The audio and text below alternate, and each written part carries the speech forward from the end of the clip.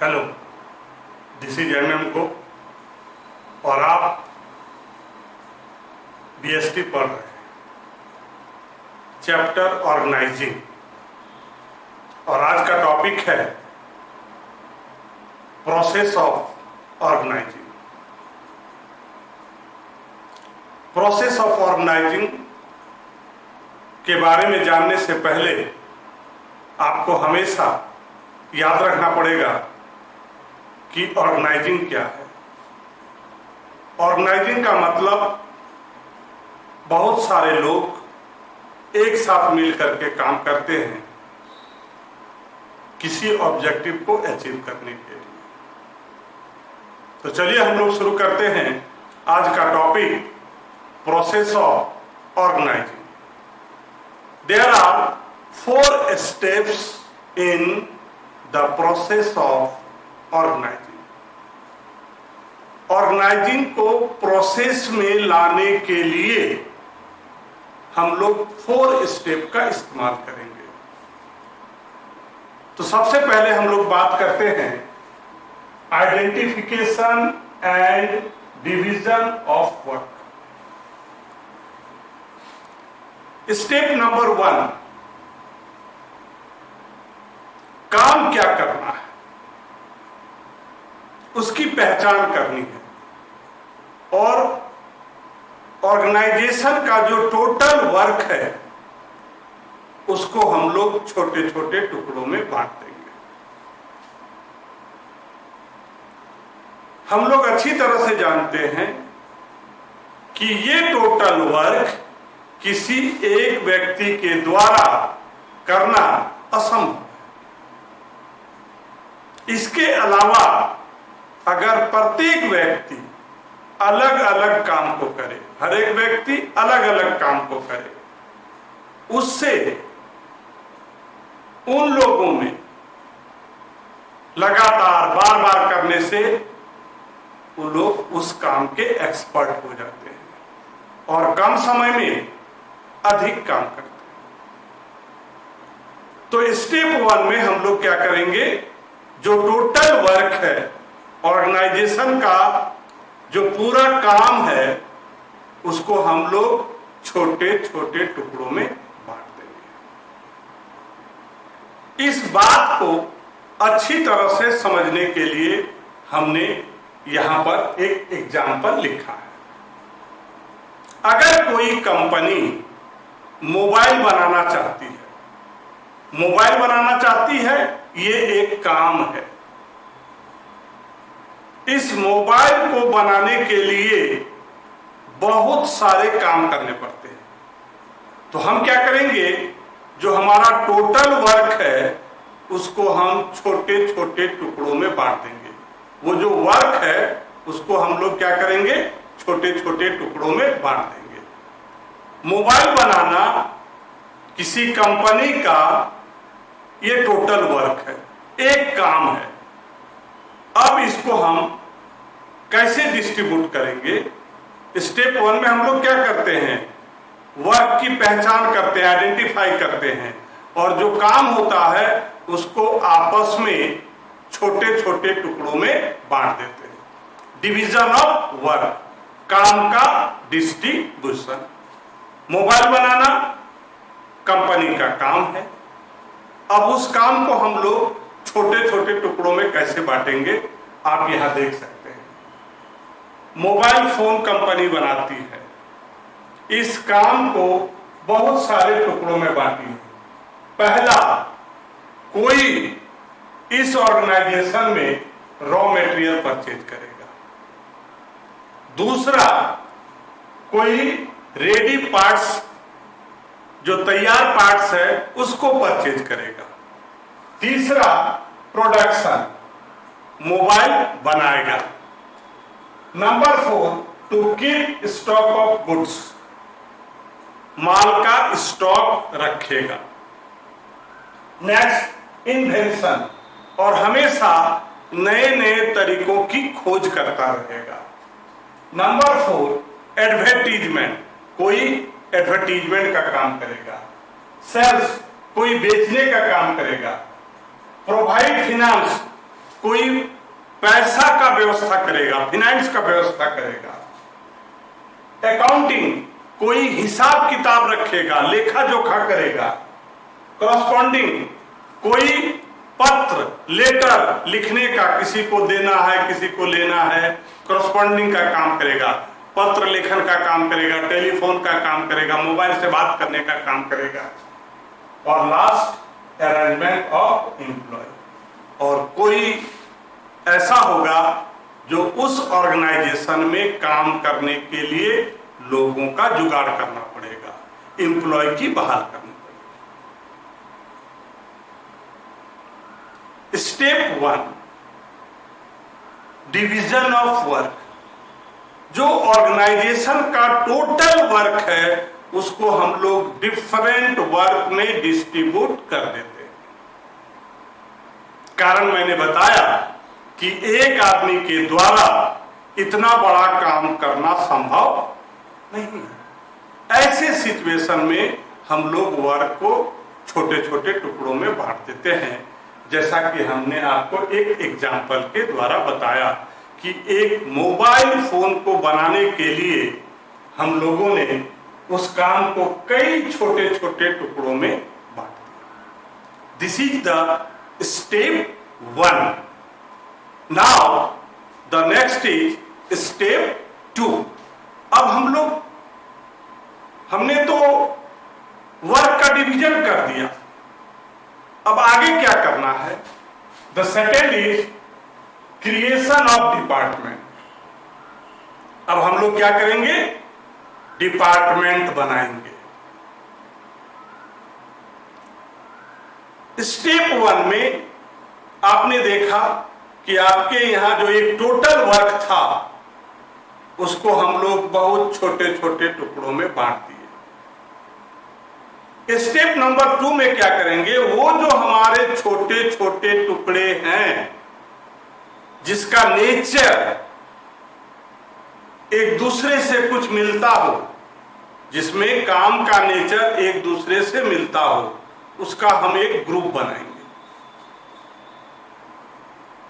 Step 1 में जो हम एक टोटल वर्क को छोटे छोटे टुकड़ों में डिस्ट्रीब्यूट कर दिए, अलग अलग काम में डिस्ट्रीब्यूट कर दिए, यहां पर हम क्या करेंगे?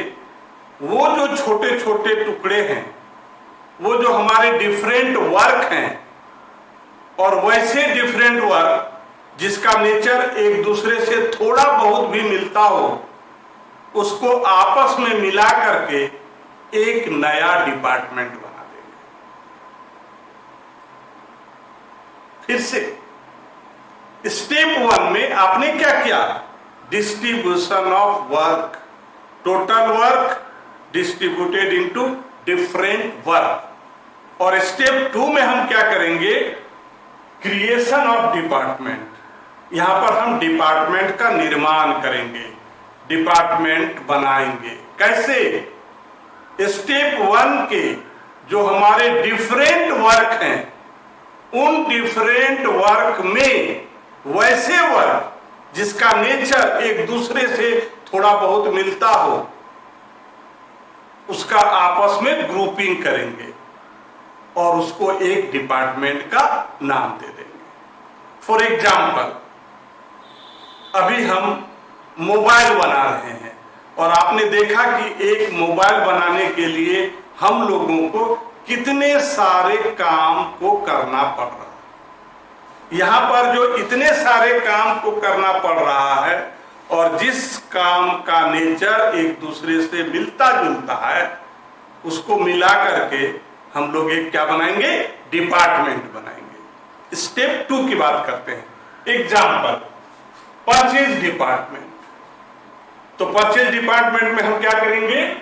जो परचेजिंग ऑफ रॉ मटेरियल है और रेडी स्पेयर पार्ट्स है, वो दोनों वर्क को हम लोग परचेज डिपार्टमेंट के अंदर में रख देंगे। Production, to keep stock of goods, invention, ये तीनों जो हमारा काम है इसको एक साथ मिला करके इसके डिपार्टमेंट का नाम रख देंगे प्रोडक्शन डिपार्टमेंट।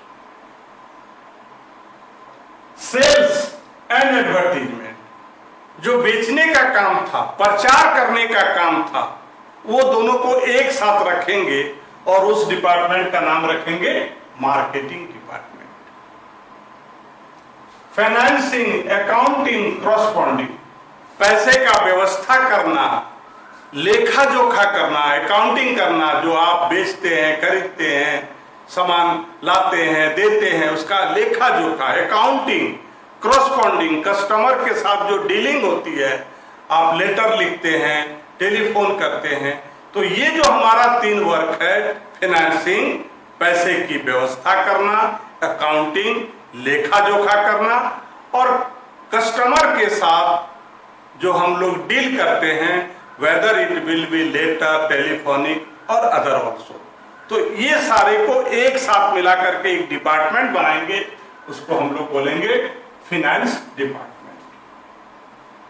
इतने जो हमने वर्क की चर्चा की है, ये खुद से नहीं होगा, ये काम कौन करेंगे? लोग करेंगे, पीपल करेंगे। तो वैसे एम्प्लॉय का हम लोग क्या करेंगे? जुगाड़ करते हैं।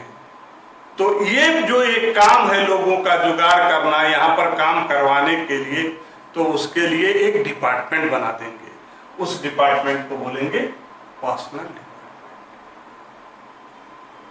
तो स्टेप 2 में हमारे जो छोटे छोटे वर्क थे, जो हमने स्टेप 1 में डिस्ट्रीब्यूट कर दिया था, जिसका नेचर एक दूसरे से थोड़ा बहुत मिलता हो, उसको आपस में ग्रुपिंग करके एक डिपार्टमेंट बनाएंगे।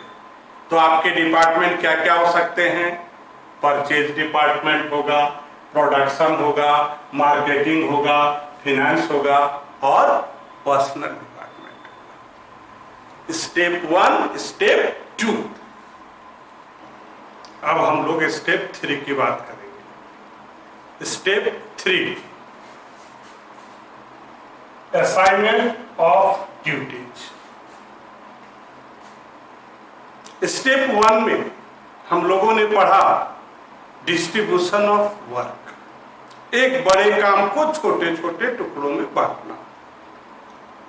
स्टेप 2 में एक जैसे जिसका नेचर था, जिस वर्क का, उन सारे को मिला करके एक डिपार्टमेंट, उन सारे वर्क को मिला करके एक डिपार्टमेंट।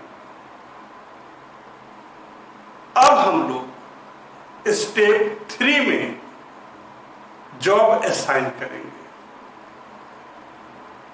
लेकिन जॉब असाइन करने से पहले हम लोगों को ये बात ध्यान में रखनी है कि जिसको भी हम जॉब असाइन करते हैं और जो जॉब का नेचर है, ये दोनों बातों को ध्यान में रख करके ही जॉब असाइन करनी है। कोई भी जॉब किसी को हम लोग असाइन नहीं कर सकते। जॉब असाइन करने से पहले उसकी एबिलिटी, उसके स्किल, इसके बारे में जानना जरूरी होता है।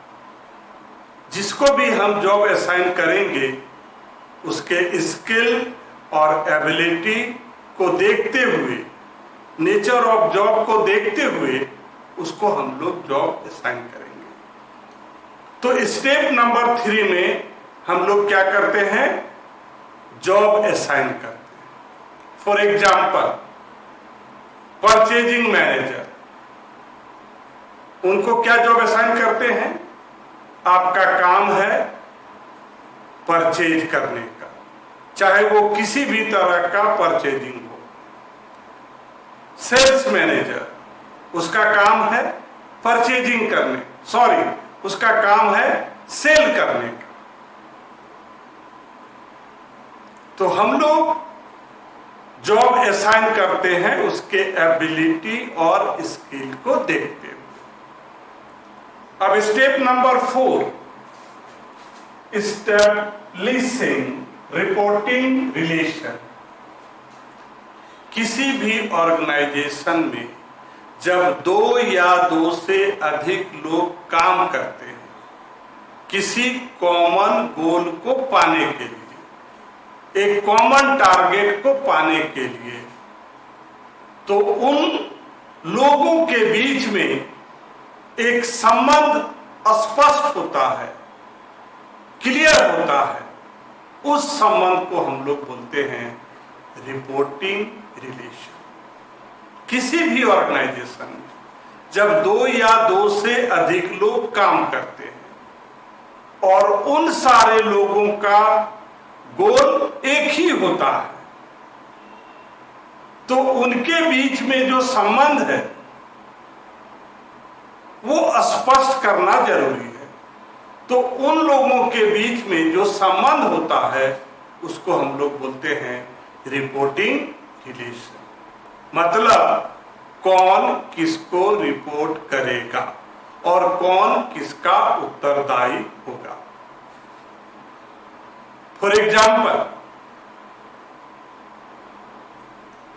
परचेजिंग मैनेजर अपने अंडर में जो लोग काम करते हैं उनको वो ऑर्डर देंगे परचेज करने के लिए, और जो लोग उनके अंडर में काम करते हैं वो रेस्पॉन्सिबल है उनके बातों को मानना। ठीक उसी तरह से सेल्स मैनेजर